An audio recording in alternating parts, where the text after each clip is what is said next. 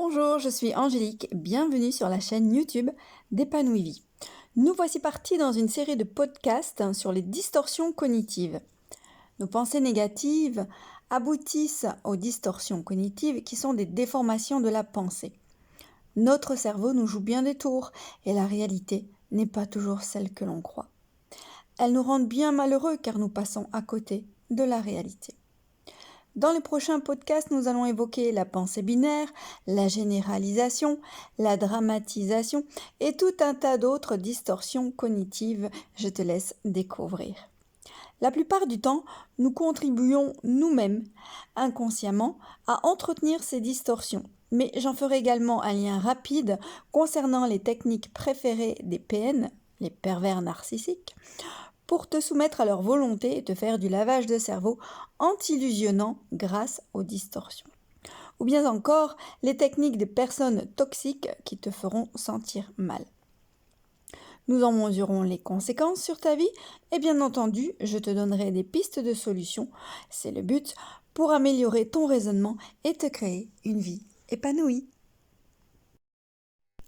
Parmi les distorsions cognitives, voyons aujourd'hui ce qu'est le raisonnement émotionnel. C'est rester dans un état émotionnel permanent et avoir la croyance que les émotions correspondent à la réalité ou à notre personnalité. Alors que tu as ressenti une émotion de tristesse ou de colère, par exemple, c'est finir par se coller une étiquette de dépressif ou de colérique. En réalité, les émotions ne sont pas faites pour y rester en permanence. À ce propos, je te suggère de visionner la vidéo de la playlist de gestion des émotions de la chaîne YouTube Épanouie Vie. Cette vidéo s'intitule « Nos émotions sont nos amis ». Je t'y explique qu'elles sont un curseur pour nous signifier qu'il y a un problème et qu'il va falloir gérer. Nos émotions nous veulent du bien si on veut bien les écouter. Le raisonnement émotionnel, ça va souvent de pair avec la dramatisation ou la minimisation. Soit on refoule l'émotion, soit on lui donne de l'ampleur au lieu d'apprendre à la gérer. L'émotion, si elle devient récurrente, risque de devenir une personnalité dépressive ou colérique. Comme je l'ai annoncé, j'aime bien faire un lien avec les relations toxiques ou les pervers narcissiques. Un avertissement en vaut la peine.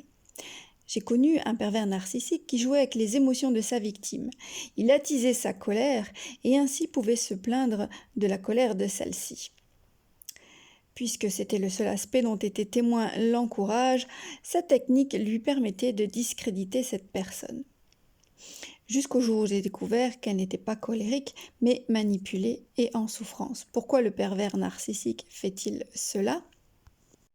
Parce que la personne en question savait des vérités sur lui qu'elle aurait pu nous témoigner. Le pervers narcissique n'hésiterait pas de jouer avec vos émotions pour que cela se retourne contre vous. De toutes les façons, si tu ne veux pas être victime de tes émotions, il est important d'apprendre à les gérer. De prendre conscience que l'émotion n'est pas ta personnalité. Elle est là pour te faire comprendre que tu vis un inconfort, qu'il va falloir régler. Lorsque l'on est orienté solution, on est trop affairé à trouver un bon déroulement que pour souffrir ou se faire manipuler, n'est-ce pas ? Ne surtout pas entretenir de pensées négatives, ce sont elles qui te maintiendront dans un état émotionnel indésirable. Écoute, respire, relâche et prends les bonnes décisions. Et lorsque tu as affaire à une personne toxique ou à un pervers narcissique qui veut te provoquer, la meilleure réponse reste encore le silence. Pour être tenu au courant dès qu'un outil de développement personnel est mis à ta disposition, abonne-toi bien sûr. Pour soutenir ma chaîne et faire grimper les algorithmes, pense à liker. Tous ces outils, ces sources d'informations, fais-en profiter le plus grand nombre en partageant. Je te remercie de contribuer à cette chaîne qui a pour but d'embellir la vie, de devenir une personne plus consciente et épanouie.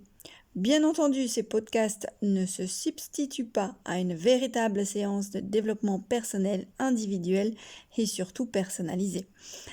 À très bientôt et coachement vôtre!